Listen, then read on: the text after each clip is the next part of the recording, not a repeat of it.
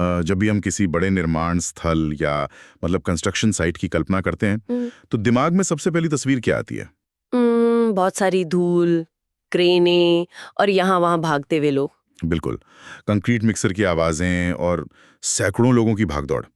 अगर थोड़ा ध्यान से देखा जाए तो एक कंस्ट्रक्शन साइट किसी बड़े ऑर्केस्ट्रा की तरह होती है। हाँ, एक ऐसा ऑर्केस्ट्रा जहाँ हर कोई अपनी धुन में मगन है। सही कहा।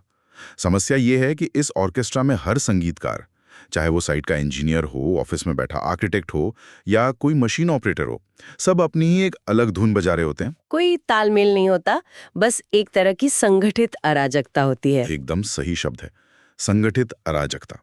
लेकिन सोचिए क्या हो अगर हमें कोई एक ऐसा जादुई ढांचा मिल जाए जो इस पूरी अराजकता को एक बेहतरीन सुरीली सिम्फनी में बदल दे।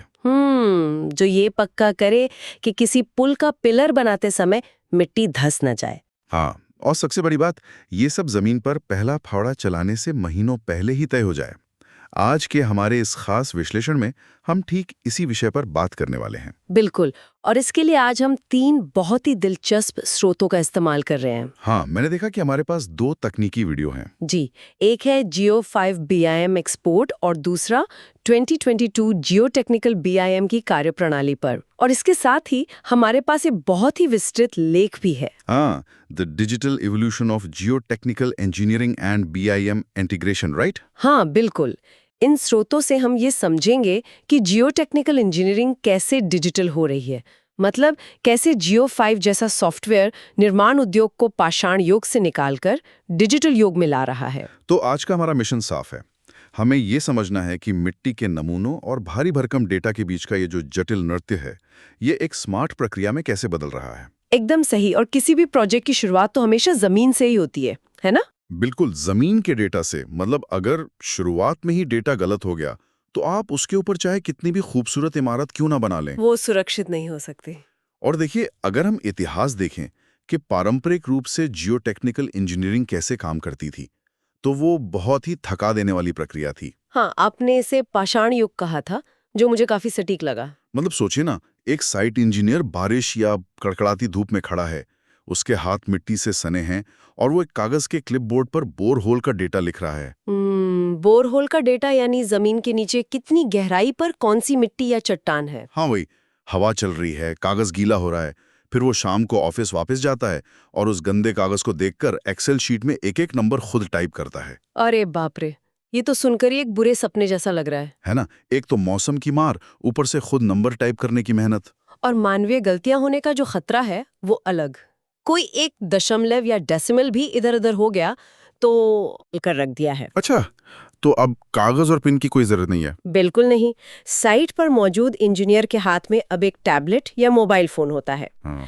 वो जमीन की खुदाई से निकलने वाले नमूनों को देखता है और रियल टाइम में डेटा दर्ज कर देता है। ओह, सीधे उस मोबाइल ऐप में? हाँ, और यह डेटा तुरंत क्लाउड के जरिए मुख्य सिस्टम में सिंक हो जाता है। यानी ऑफिस में बैठा डिजाइनर उसी वक्त उस डेटा को देख सकता है। इससे तो हफ्तों का काम कुछ घंटों में सिमट जाता होगा। बिल्कुल। और सबसे अच्छी बात यह है कि मानवीय गलतियों की गुंजाइश लगभग शून्य हो जाती है। ये तो सच में बहुत शानदार है। लेकिन मैंने उन तकनीकी डेमो में एक चीज देखी जिसने मुझे थोड़ा उलझन में डाल दिया। अच्छा, वो क्या था? उसमें दिखाया गया था कि इस पूरी प्रक्रिया की शुरुआत साइट को विजुअलाइज करने से होती है और उसके लिए इंजीनियर सीधे गूगल मैप से जीपीएस कोऑर्डिनेट्स कॉपी कर रहा था। हाँ, स्ट्रैटेग्राफी प्रोग्राम में डालने के लिए। बिल्कुल। अब यहाँ मुझे एक अड़चन महसूस हुई। मतलब करोड़ों डॉलर का हाईवे या पुल बनने जा रहा है और उसकी शुरुआत गूगल मैप से एक पिन कॉपी करके हो रही है। सुनने में अजीब लगता है ना? हाँ, ऐसा लगता है जैसे कोई कैब बुक की जा रही हो। क्या इतनी जटिल इंजीनियरिंग प्रक्रिया की शुरुआत इतनी सामान्य हो सकती है? आपकी उलझन बहुत स्वाभाविक है। पहली नजर में सच में ऐसा लगता है कि हम किसी बहुत ही गैर पेशेवर टूल का इस्तेमाल कर रहे हैं। वही तो, कहीं ये सटीकता के साथ समझौता तो नहीं है? देखिए, इसके पीछे के विज्ञान को समझना जरूरी है। गूगल मैप से लिया गया वो जीपीएस कोऑर्डिनेट पूरी इंजीनियरिंग का आधार नहीं है। अच्छा, तो फिर वो क्या है? वो सिर्फ एक शुरुआती कैनवस है। जब आप एक नई जगह पर प्रोजेक्ट शुरू करते हैं तो सॉफ्टवेयर को ये बताना होता है कि दुनिया के नक्शे में ये जगह असल में है कहाँ। मतलब वो सिर्फ एक स्थानिक संदर्भ या स्पेशल रेफरेंस देता है। एकदम सही। असली जादू तब शुरू होता है जब उस बेसलाइन के ऊपर ऐतिहासिक नक्शे, पुराने बोरहोल का डेटा और नए फील्ड टेस्ट के परिणाम जोड़े जाते हैं। अच्छा, तो वो स्ट्रैटिग्राफी प्रोग्राम उस सामान्य से नक्शे को बदल देता है। हाँ, वो उसे एक बेहद सटीक भूवैज्ञानिक ग्रिड में बदल देता है। ये सरलता इसलिए रखी गई है ताकि इंजीनियरों को शुरुआत करने में तकनीकी बाधाओं का सामना न करना पड़े। समझ गया। मतलब वो सिर्फ जमीन का एक पता है। असली काम उस पते पर पहुंचने के बाद जमीन के नीचे खुदाई करके पता लगाना है कि वहां क्या है। बिल्कुल। और जब डेटा आ जाता है तो अगला कदम शुरू होता है। हाँ, वही मैं सोच रहा था। मान लेते हैं कि मोबाइल ऐप से एकदम सटीक डेटा आ गया। जमीन के नीचे कहाँ चिकनी मिट्टी है, कहाँ पानी है, सब पता चल गया। लेकिन सिर्फ नंबर देखकर तो कंस्ट्रक्शन नहीं होता ना। ये कच्चा डेटा या रॉ डेटा एक ऐसे रूप में कैसे बदलता है जिसे देखकर कोई डिजाइन बना सके? यहीं पर जियो5 का इंटीग्रेटेड जियोलॉजिकल मॉडलिंग सिस्टम अपनी असली ताकत दिखाता है। मतलब खेतों या फील्ड से निकलकर एक 3D मॉडल तक पहुंचने का सफर? हाँ, पुराने समय में होता ये था कि जमीन का डेटा किसी एक सॉफ्टवेयर में होता था, डिजाइन दूसरे में बनता था और गणना तीसरे में होती थी। और जब आप एक सॉफ्टवेयर से दूसरे में डेटा ले जाते थे तो शायद बहुत सी जानकारी खो जाती होगी। बिल्कुल, लेकिन अब ये सब एक ही निर्बाध यानी सीमलेस प्लेटफॉर्म पर होता है। साइट से आया सारा डेटा एक साथ आयात किया जाता है। अच्छा। और सॉफ्टवेयर खुद ब खुद मिट्टी की अलग-अलग परतों को पहचानकर एक 3D सबसॉइल मॉडल तैयार कर देता है। ओह, मतलब कंप्यूटर स्क्रीन पर जमीन के नीचे की पूरी दुनिया का एक 3D नक्शा बन जाता है। इसे अगर मैं आसान भाषा में कहूँ तो ये बिल्कुल ऐसा है जैसे कोई केक बेक कर रहा हो। केक? ये दिलचस्प है। कैसे? मान लीजिए मैं एक मल्टीलेयर केक बना रहा हूँ। सामान्य तौर पर जब तक मैं केक को चाकू से काटूंगा नहीं, मुझे नहीं पता चलेगा कि अंदर चॉकलेट की परत कैसी है। या वनीला की परत कहाँ तक है। हाँ, लेकिन ये 3D मॉडल एक ऐसा एक्सरे विजन है जो ओवन में जाने से पहले ही मुझे बता देता है कि केक के अंदर का हर हिस्सा कैसा दिखेगा। अरे वाह, ये एनालॉजी से समझने के लिए एकदम सटीक है। बिना एक भी टुकड़ा काटे आपको अंदर की पूरी तस्वीर मिल जाती है। बिल्कुल, बिना जमीन में गड्ढा खोदे। और आपने जमीन के उस केक को स्क्रीन पर बना लिया है। अब असली इंजीनियरिंग शुरू होती है। अच्छा, इसके बाद क्या होता है? इस 3D मॉडल में इंजीनियर खुदाई या एक्सकवेशंस के कोऑर्डिनेट्स डालते हैं, यानी वे कंप्यूटर को बताते हैं कि हम यहाँ इतनी गहराई पर गड्ढा खोदने वाले हैं। और सॉफ्टवेयर बता देता है कि कितनी मिट्टी बाहर निकलेगी। हाँ, उसका वॉल्यूम क्या होगा, सब कुछ। लेकिन सिर्फ गड्ढा खोदना काफी नहीं है, हमें ये भी पक्का करना है कि वो गड्ढा सुरक्षित रहे। बिल्कुल, कहीं वो गिर ना जाए। यहीं पर इसके अलग-अलग तकनीकी प्रोग्राम्स काम आते हैं, जैसे स्लोप स्टेबिलिटी और अबटमेंट। थोड़ा रुकते हैं। ये शब्द सुनने में बहुत भारी लगते हैं। अगर किसी को तकनीकी ज्ञान न हो तो वो इनका क्या मतलब निकाले? चलिए इसे सरल करते हैं। मान लीजिए आप पहाड़ों के बीच से एक नया हाईवे निकाल रहे हैं। आपको पहाड़ का एक हिस्सा काटना पड़ेगा। हाँ, जाहिर है। जब आप पहाड़ काटते हैं तो एक नई ढलान बन जाती है। स्लोप स्टेबिलिटी ये जांचने की प्रक्रिया है कि भारी बारिश होने पर वो नया कटा हुआ पहाड़ कहीं टूटकर हाईवे पर तो नहीं गिर जाएगा। बाप रे, ये तो बहुत जरूरी है। बिल्कुल, ये सॉफ्टवेयर उस 3D मॉडल से उस ढलान का एक क्रॉस सेक्शन उठाता है और सेकंडों में बता देता है कि वो सुरक्षित है या नहीं। और वो अबटमेंट क्या होता है? अबटमेंट किसी भी पुल का वो हिस्सा होता है जो जमीन से जुड़ा होता है और पूरे पुल का वजन उठाता है। अच्छा, पुल का फाउंडेशन। हाँ, ये प्रोग्राम सीधे उसी 3D मॉडल से मिट्टी का डेटा लेता है और बताता है कि पुल का वजन पड़ने पर जमीन कितनी धंसेगी। और सबसे खास बात यह है कि ये सब कुछ उसी एक केक या 3D मॉडल के भीतर हो रहा है। बिल्कुल। ये तो सच में दिमाग चकरा देने वाला है कि एक ही जगह पर सब कुछ हो रहा है। तो अब हमारे इंजीनियर के पास जमीन का एकदम सटीक 3D मॉडल है। उसने चेक कर लिया कि पहाड़ गिरेगा नहीं। हाँ, और पुल धंसेगा नहीं। लेकिन ना, निर्माण उद्योग की सबसे बड़ी सच्चाई ये है कि कोई भी अकेला काम नहीं करता। उस इंजीनियर को ये मॉडल आर्किटेक्ट्स और प्रोजेक्ट प्लानर्स के साथ भी शेयर करना होगा। यही सबसे बड़ा चैलेंज होता है। वही तो, अगर ये सब अलग-अलग सॉफ्टवेयर इस्तेमाल कर रहे हैं तो ये डेटा बिना खराब हुए उन तक कैसे पहुंचेगा? यहीं पर वो टर्म आता है जो आजकल कंस्ट्रक्शन की दुनिया में बहुत गूंजता है, BIM, यानी बिल्डिंग इंफॉर्मेशन मॉडलिंग। हाँ, मैंने BIM इंटीग्रेशन के बारे में पढ़ा है। ये असल में इस पूरी कहानी में कैसे फिट बैठता है? देखिए, जब अलग-अलग विषयों के विशेषज्ञ एक साथ आते हैं तो उनके बीच संवाद या कम्युनिकेशन का टूटना सबसे बड़ा खतरा होता है। मिसकम्युनिकेशन हो सकता है। बिल्कुल। BIM एक ऐसा डिजिटल वातावरण है जो इन सभी को एक ही मंच पर ले आता है। और ये मंच काम करता है IFC फॉर्मेट के जरिए। IFC यानी इंडस्ट्री फाउंडेशन क्लासेस। हाँ, डेमो वीडियो में इसे बहुत ही शानदार तरीके से दिखाया गया है। अरे हाँ, मैंने वो डेमो देखा था। उसमें वे इंजीनियरिंग मैनुअल नंबर 7 के एक उदाहरण पर काम कर रहे थे। सही कहा, शीटिंग चेक प्रोग्राम वाला उदाहरण। हाँ, उन्होंने मॉडल बनाया जिसमें 30 मीटर लंबा फाउंडेशन एक्सकवेशन था। फिर उन्होंने बस कुछ क्लिक किए और वो पूरा का पूरा 3D मॉडल एक IFC फॉर्मेट में बदल गया। और एक third party program BIM vision में खुल गया। बिल्कुल।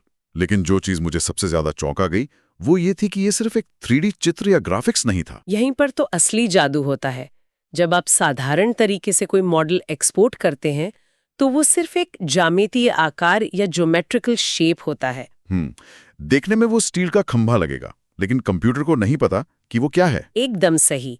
लेकिन जब GEO5 से IFC फॉर्मेट में एक्सपोर्ट किया जाता है तो ग्राफिक्स के साथ साथ नॉन ग्राफिकल डेटा भी जाता है। हाँ, डेमो में ये बहुत साफ था।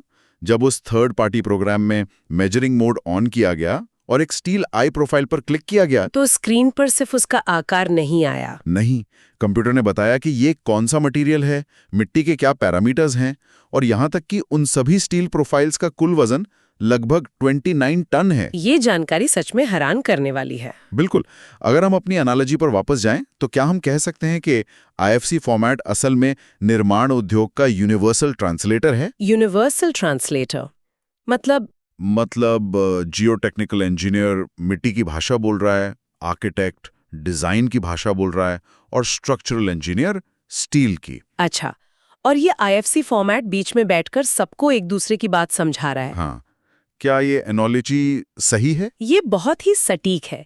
ये सच में एक यूनिवर्सल ट्रांसलेटर की तरह काम करता है जो पक्का करता है कि मिट्टी के इंजीनियर की चेतावनी स्टील के इंजीनियर को समझ आ जाए।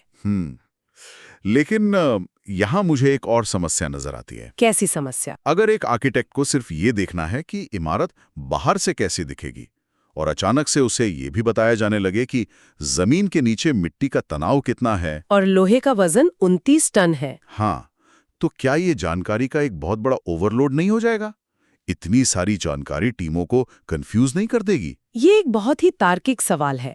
किसी के भी मन में आ सकता है कि इतना सारा डेटा काम को मुश्किल कर देगा, लेकिन ऐसा नहीं होता। अच्छा, क्यों? क्योंकि BIM इंटीग्रेशन एक सिंगल सोर्स ऑफ ट्रूथ यानी सच्चाई का एक ही स्रोत बनाता है। जब डेटा एक्सपोर्ट किया जाता है तो उसमें फिल्टर करने की सुविधा होती है। मतलब जानकारी सभी के लिए उपलब्ध है, लेकिन हर कोई केवल वही देख सकता है जो उसके काम का है। बिल्कुल। आर्किटेक्ट केवल इमारत के बाहरी डिजाइन को ऑन कर सकता है और मिट्टी के डेटा को छिपा सकता है। और स्ट्रक्चरल इंजीनियर सिर्फ 29 टन स्टील के तनाव पर ध्यान केंद्रित कर सकता है। एकदम सही। कोई ओवरलोड नहीं, कोई भ्रम नहीं। सब एक ही मॉडल पर काम कर रहे हैं, लेकिन अपने अपने नजरिए से। समझ गया। ये तो हुई तकनीक और सॉफ्टवेयर के अंदर की बात। अब तक हमने जो भी चर्चा की है, चाहे वो मोबाइल ऐप का इस्तेमाल हो या 3D केक बनाना, हाँ, ये सब थ्योरी में बहुत ही आधुनिक लगता है। लेकिन सुनने वाले सोच रहे होंगे कि असल दुनिया में जहां सच में करोड़ों रुपए दांव पर लगे होते हैं, वहां इसका क्या असर होता है? ये सबसे अहम पड़ाव है, क्योंकि कोई भी तकनीक तब तक सफल नहीं है जब तक वो असल दुनिया की समस्याओं को न सुलझाए। बिल्कुल। तो थ्योरी से निकलकर जब ये कंस्ट्रक्शन साइट पर उतरती है तो क्या नतीजे मिलते हैं? हमारे स्रोतों में, खास तौर पर उस लेख में, इसका एक बहुत ही ठोस उदाहरण दिया गया है। यूरोप में एक बड़े पैमाने का हाईवे प्रोजेक्ट चल रहा था। जो बहुत ही जटिल भौगोलिक स्थिति में था, है ना? हाँ, उस प्रोजेक्ट की टीम ने GEO5 के इस पूरे सॉफ्टवेयर सूट और BIM इंटीग्रेशन का उपयोग करने का फैसला किया, और परिणाम पूरी इंडस्ट्री की आंखें खोलने वाले थे। हाँ, मैंने वो हिस्सा पढ़ा था। रिपोर्ट के अनुसार इस तकनीक का इस्तेमाल करने से डिजाइन की गलतियों में 30% की भारी कमी आई थी। और इतना ही नहीं, प्रोजेक्ट को पूरा होने में जो कुल समय लगने वाला था, उसमें 20% की बचत हुई। जरा सोचिए, 30% गलतियों का कम होना कोई छोटी बात नहीं है। इसे ऐसे समझते हैं, पारंपरिक तरीकों में अक्सर ऐसा होता था कि आर्किटेक्ट ने एक बहुत शानदार पुल डिजाइन कर दिया, फंड आ गया और खुदाई शुरू हो गई। और फिर पता चला कि जहां पिलर आना है वहां जमीन के नीचे की मिट्टी कमजोर है। हाँ, या वहाँ कोई पानी का स्रोत है। अब काम रोक दिया जाता है, डिजाइनों को वापस ड्राइंग बोर्ड पर भेजा जाता है। इसमें हफ्तों का समय और लाखों डॉलर बर्बाद होते हैं। और यही वो जगह है जहां 3D मॉडल और BIM का जादू काम आता है। बिल्कुल। इस नई तकनीक के साथ वो कमजोर मिट्टी जमीन पर फावड़ा चलने से 6 महीने पहले ही कंप्यूटर स्क्रीन पर फ्लैश हो जाती है। मतलब स्ट्रक्चरल इंजीनियर पहले ही देख लेता है कि भाई यहाँ मिट्टी कमजोर है, पिलर को थोड़ा दाईं तरफ खिसका दो। एकदम सही। जब आप संभावित टकराव या क्लैशेस को डिजिटल दुनिया में ही पकड़ लेते हैं, तो भौतिक दुनिया में गलतियां अपने आप कम हो जाती हैं। और जब काम बिना किसी रुकावट के चलता है तो 20% समय की बचत होना बहुत स्वाभाविक है। बिल्कुल। यह एक ऐसा आंकड़ा है जिसे कोई भी आसानी से समझ सकता है। किसी भी काम में 30% गलतियों को कम करना और 20% समय बचाना किसी चमत्कार से कम नहीं है। ये सीधे तौर पर पैसों की बचत और मुनाफे से जुड़ा है। हाँ, ये दिखाता है कि सही डिजिटल टूल सिर्फ काम को तेज नहीं बनाते, वे पूरे खेल के नियम ही बदल देते हैं। वे रोजगार को खत्म कर देते हैं। और इसी को आज के समय में स्मार्ट कंस्ट्रक्शन कहा जाता है। बिल्कुल। आज के इंफ्रास्ट्रक्चर प्रोजेक्ट्स इतने जटिल हो गए हैं कि आप अंदाजे या पुरानी विधियों के भरोसे नहीं रह सकते। डेटा आधारित निर्णय लेना अब कोई फैंसी विकल्प नहीं है, ये एक जरूरत बन गया है। तो अगर हम आज के इस पूरे विश्लेषण को समेटें तो तस्वीर एकदम साफ है। हमने देखा कि कैसे जियो5 जियोटेक्निकल इंजीनियरिंग के भविष्य को नया आकार दे रहा है। कागज पर लिखने के पाषाण युग से लेकर सीधे मोबाइल फोन से डेटा भेजने तक का सफर, फिर उस कच्चे डेटा को एक पारदर्शी 3D केक में बदलना, जहां खुदाई से पहले ही मजबूती का पता चल जाता है। हाँ, और अंत में IFC फॉर्मेट नाम के यूनिवर्सल ट्रांसलेटर के जरिए दुनिया भर की अलग-अलग टीमों को एक ही पेज पर लाना।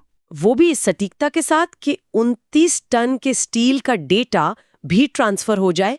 बिल्कुल। निर्माण स्थल का वो ऑर्केस्ट्रा जहां पहले हर कोई अपनी बेसुरी धुन बजा रहा था, अब एक सुंदर सिम्फनी में बदल चुका है। और ध्यान रखने वाली बात यह है कि ये केवल एक शुरुआत है।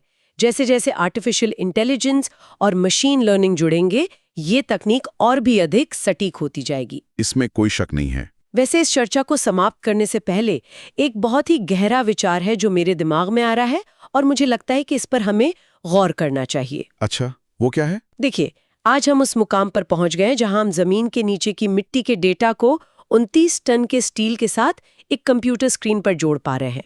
तो जरा भविष्य की कल्पना कीजिए।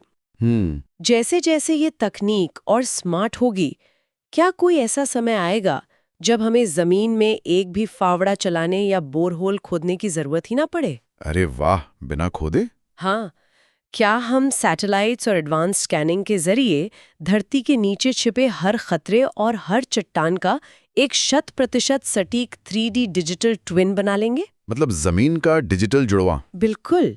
अगर ऐसा हुआ तो डिजिटल दुनिया और हमारी इस वास्तविक भौतिक जमीन के बीच की रेखा कितनी धुंधली हो जाएगी।